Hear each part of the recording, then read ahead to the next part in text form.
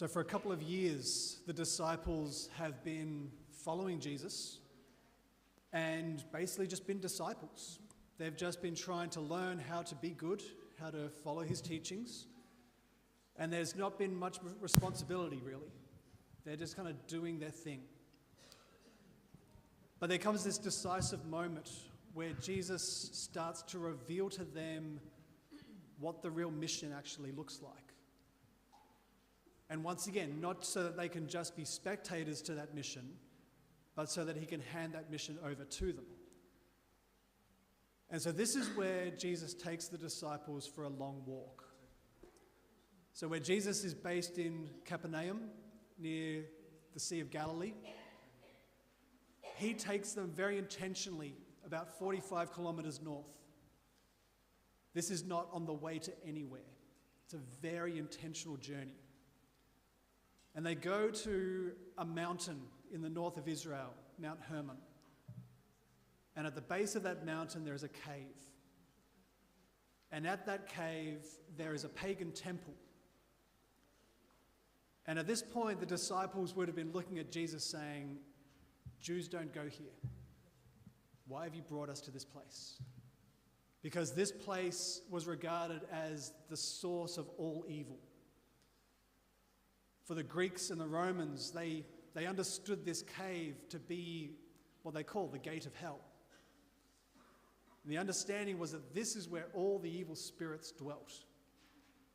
In fact, this was like the mouth of hell. So any of the pagan gods dwelt there. And particularly the god Pan, who was a fertility god. And so the Greeks and the Romans at the end of winter would perform the most unimaginable immoral practices here as a way of trying to summon forth these evil spirits who would make their fields fertile and plentiful. Jesus brings the disciples to this particular space. And he says, who do you say I am? Who do you think I am? Why do you think I'm here? I'm not just a good rabbi. I'm not just a good moral teacher. But as he goes on to say, when Peter makes this declaration that you are the Messiah, the Son of the living God, Jesus responds by saying, exactly, that's correct. And the gates of hell will not prevail against the church that I'm building. You see, this line has so much more meaning when we understand where it was said. He is standing in front of the place which is called the gates of hell. And he's saying, Peter, upon you I'm going to build a church. I'm calling you and these disciples to now step up in mission. And basically the mission is we're going to pick a fight with the whole power of darkness. And the power of darkness will not prevail against it. It's not the church being attacked by the forces of evil, but rather it's the forces of evil being attacked by the church. Very often we get this the wrong way around. But this is a really key moment because, in a sense, this is the origin of the church. Jesus proclaims the mission statement. And he then calls the disciples to say, you are the ones who are going to fulfill this mission. Now, I would imagine Peter and the other disciples walking away being completely confused. Because they'll be thinking, we don't think we signed up for this. We were just looking for a nice little spiritual experience. We didn't quite want to fight against all the powers of hell. And yet Jesus goes on to really reveal to them, saying, the reason I chose you is because you can't do it. You're a bunch of weak, sinful, broken men with anger problems. That's precisely why I called you. Because it's through the power of the Holy Spirit that you're going to reveal this grace to the world. I'm sure Peter would have been walking home that night thinking, I'm now in charge of a church. I need to go and study how to run a business. I need to study theology. And instead, Jesus is just saying, trust me. If you can fall deeply in love with me, if you can know my heart, until your heart becomes like mine. And then surrender yourself so that my Spirit fills you. You will win this battle. Now that's precisely what we see. As the mission continues, what we see is through their weakness, they bring about the glory of God in the world. You know, it's not the disciples standing up as superheroes. You know, there's that beautiful moment where Peter and John are walking into the temple, and there's a man who's paralyzed. And they say, look, we've got nothing. We've got no money, we've got no power, but what we do have is the name of Jesus Christ. And that name is more powerful than all the powers on earth. Stand up and walk. It's out of their weakness that they minister. Even the story we had from the first reading, where Peter's in prison, because he's been proclaiming a very uncomfortable truth. The whole authorities, the power of Rome turns against him. Once again, he's got nothing except the grace of God. And there an angel comes and breaks the chains, opens the doors and leads him out. This is really what the church is. And this is what the church needs to rediscover. Like we've forgotten our true identity. Over time, I think we've become so comfortable, and maybe we've also become so scared, that we kind of huddle together in our own nice little community. We console ourselves on a Sunday. We maybe have a bit of cup of tea and some cupcakes afterwards. And we think that that's all we can do. This big bad world out there is threatening us, and so we just need to try and survive. But what Jesus is saying here is, I'm actually calling you to go out and defeat that darkness. Because Christ is more powerful than that. And that all those places where you see that darkness, you see it in people who are struggling with the meaning of life. You see it in people who are just wanting to give up all hope. To realize that you actually have the light that can break through and bring that hope to those people's lives. So what we're seeing in this moment, the reason why we celebrate Peter and Paul, is because we've got these two men who really reveal to us what it means to be a missionary disciple.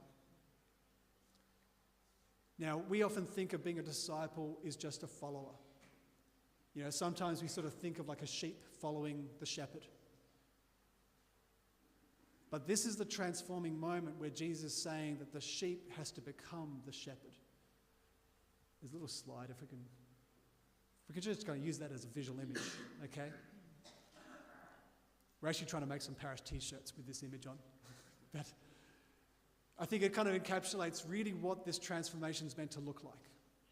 We're not meant to just simply be passive followers of Christ, but we're meant to be transformed into the very mission of Christ, that we would be shepherds bringing people back home.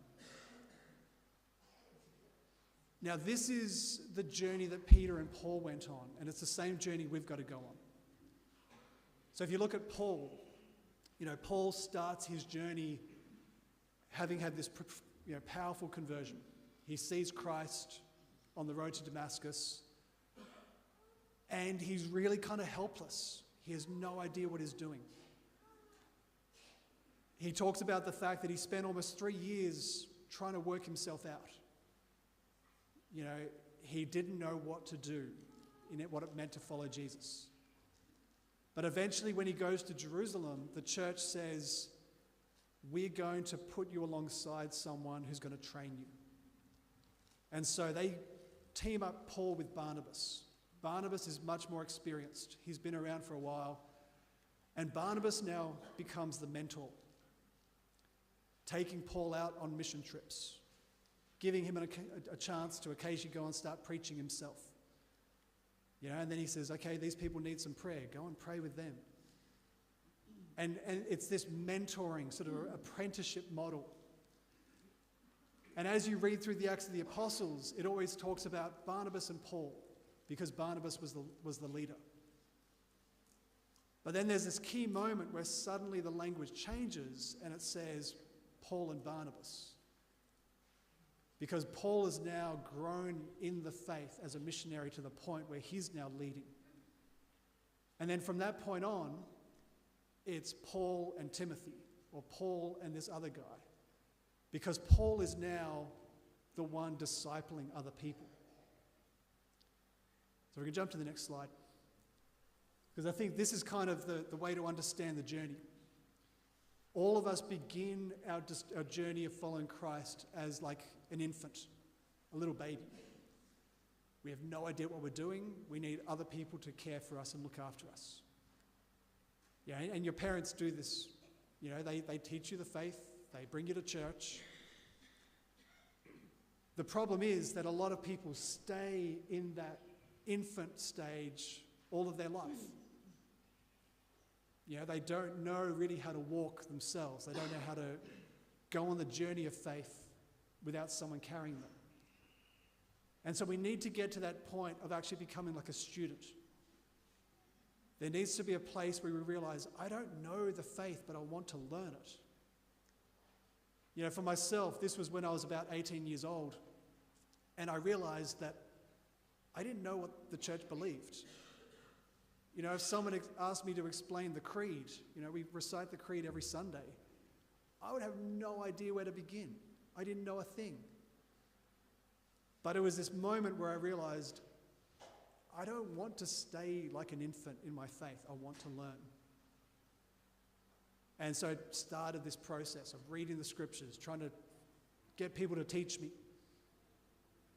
And so all of us need to get to this place where we're actually curious and hungry enough to learn. You then need to get to that place of being kind of like an active servant in your faith. So in the same way that Paul was being mentored by someone, starting to actually live his faith, step out on mission, to find opportunities where you are kind of being pushed a little bit beyond your comfort zone. You know, you've got other people who are more further down the journey who can actually show you how to pray with people, how to share your faith. Because then the goal is that you would become kind of like a co-laborer, or almost like a parent in the faith. To get to that place where you're mature enough where you could actually help someone who's right at the beginning of the journey. Now, I want to encourage you to look at that and work out where you currently are. But then work out, okay, if I am at that infant stage, what do I need to do to become a student?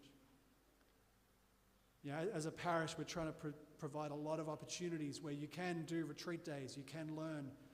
You know, we've got a subscription to this Formed website. There's some details there in the foyer, you know, where there's heaps of online resources. You know, to be curious enough to actually say, well, I want to learn how the Bible works.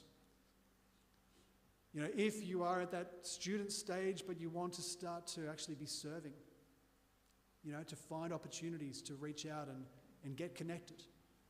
You know, there are a number of mission opportunities we're trying to develop as a parish. And I think particularly to step into a space where you can be kind of mentored and trained. One of the big things that we're actually advertising in the bulletin this weekend is there's a real need for people who can be helping train people in the sacraments. You know, we've got a lot of people who are coming as young adults wanting to receive their sacraments because they didn't get the sacraments as kids. We've got a number of people wanting to become Catholic. And as the priest, we haven't got enough time to care for everyone. And so we're actually needing some people to step up. And we'll train you. We'll give you the whole mentoring process through that. But to simply kind of accompany people and help them kind of in that sort of parenting role, helping them grow in the faith. So we need to be able to see that mission that Jesus presented. And it's a big mission, how to bring light into the darkness, how to defeat the powers of evil in the world. But to recognize that every single one of us needs to intentionally step into that place of being a missionary disciple. To not be content to just be a sheep or an infant in our faith. Take those steps to grow, become a student, become a servant, become a co-laborer, so that as a whole parish we are empowered to be out on mission with Christ.